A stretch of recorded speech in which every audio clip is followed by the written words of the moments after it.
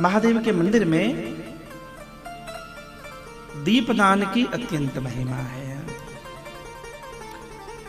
आपके मोहल्ले में शिव जी का मंदिर हो तो ये तो मैं प्रार्थना करूंगा, हो सके तो भगवान महादेव के मंदिर में शाम को दीपदान अवश्य किया करें। शिव महापुराण में एक अद्भुत कथा है, दीपदान की क्या महिमा है। यद्यपि माताएं कार्तिक के महीने में दीपदान करती हैं, हमारे यहाँ देव नदियों के तट पर भी दीपदान की महिमा है। श्री गंगा जी के तट पर, यमुना जी के तट पर,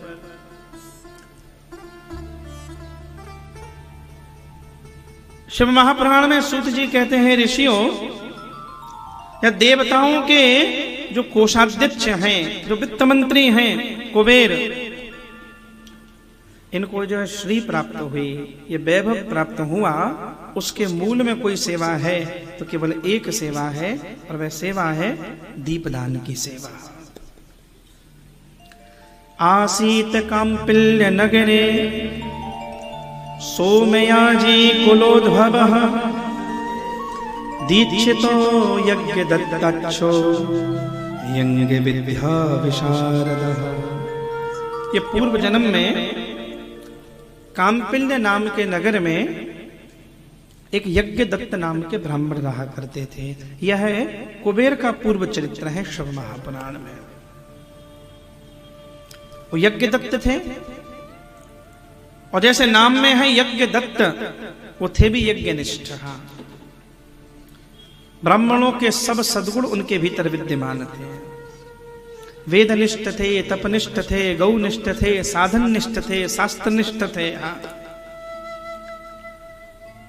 ब्राह्मण का तो केवल एक ही बल है, साधन ब्राह्मण का बल नहीं है, तप ब्राह्मण का बल है, साधना ब्राह्मण का बल है।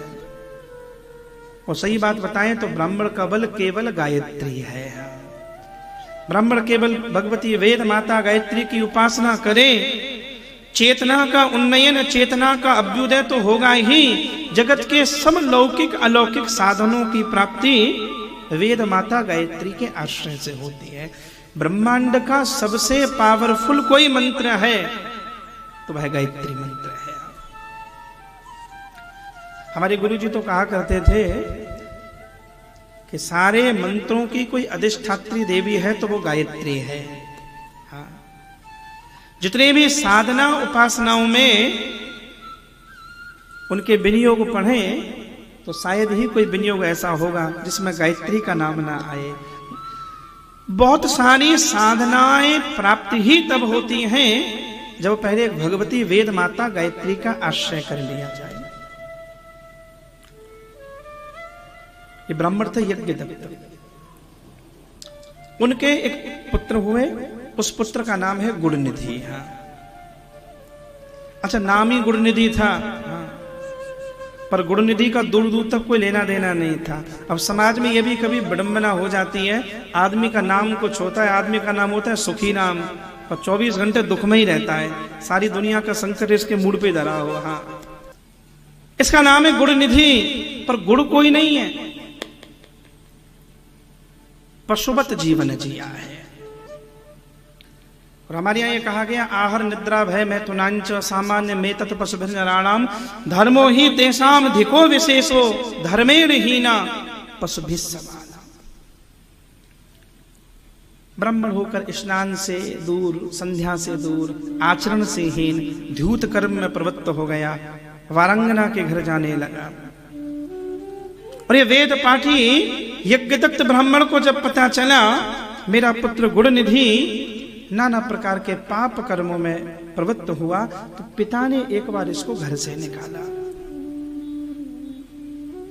मां चाहती है कि इसको दुलार मिलता रहे, लेकिन ब्राह्मण ने कहा जब तक ये घर से न निकलेगा कर्तव्य बोध ना होगा। पिता ने क्रोध में आकर घर से निकाल दिया। ये भूखा प्यासा चला गया, घर से निकला,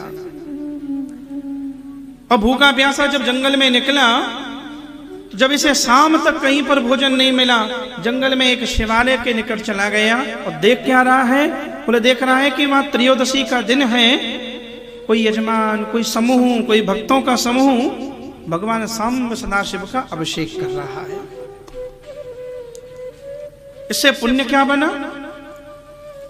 ये गया, ये भूखा प्यासा वहां पर बैठा रहा, भगवान सांब सदाशिव महादेव के अभिषेक को देखा है। ब्राह्मणों के मुख से निकले हुए वेद मंत्र सुने। यद्यपि वेद मंत्र में, इस साधन में निष्ठा नहीं है, अरुचि है, तो भी इसकी दृष्टि कहां है? बोले इसकी दृष्टि है कि कभी ये पूजा हो और भगवान शंकर के ऊपर जो नैवेद्य चढ़ा हुआ है, जो पेड़े चढ़े हुए हैं, जो केले चढ़े हुए हैं, ये तो भूखा है। तो जैसे ही शंकर जी की पूजा हो जाए, तुरंत वो नैवेद्य उठाकर खा लो। बहुत देर तक पूजा चली। हर हर महादेव, शिव शिव शंभु, शिव शंभु, शिव शंभु, भक्त नृत्य करने लगे, नाच रहे, गा रहे।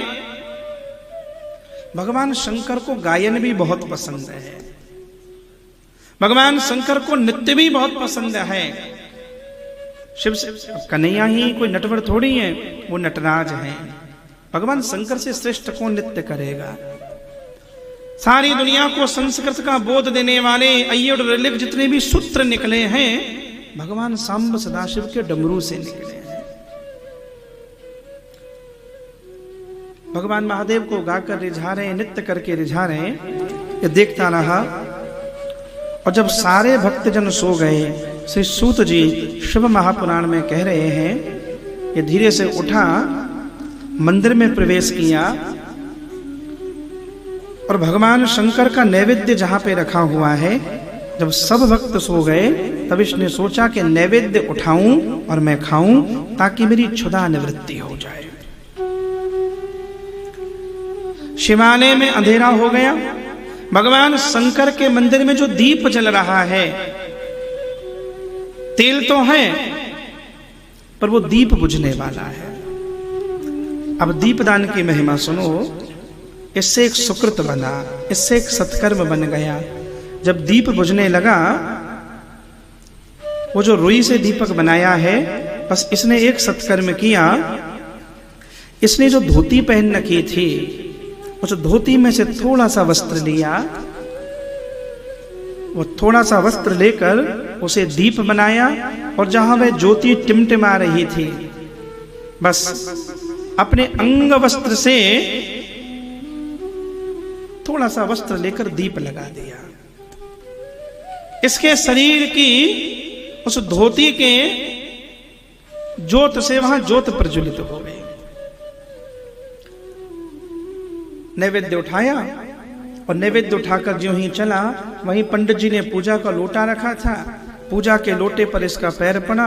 जैसे ही लोटा पे पैर लगा, लोटा गिरा।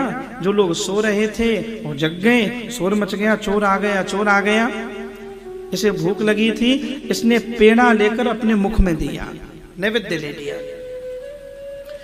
थोड़ा सा नैवेद्य इसके मुख में गया, अभी कंठ में प्रसाद उतना ही था कि दो चार लोग डंडा लेकर इसके पीछे दौड़े, और भगते भगते इसको ठोकर लगी, और ऐसा गिरा, इसका मस्तक जाकर एक पत्थर में लगा। और हुआ क्या? तुरंत इसके प्राण उड़ गए। अब जैसे ही इसके प्राण उड़े, तुरंत 4 यमदूत आए, और यमदूत आकर इसके सामने उपस्थित हो गए।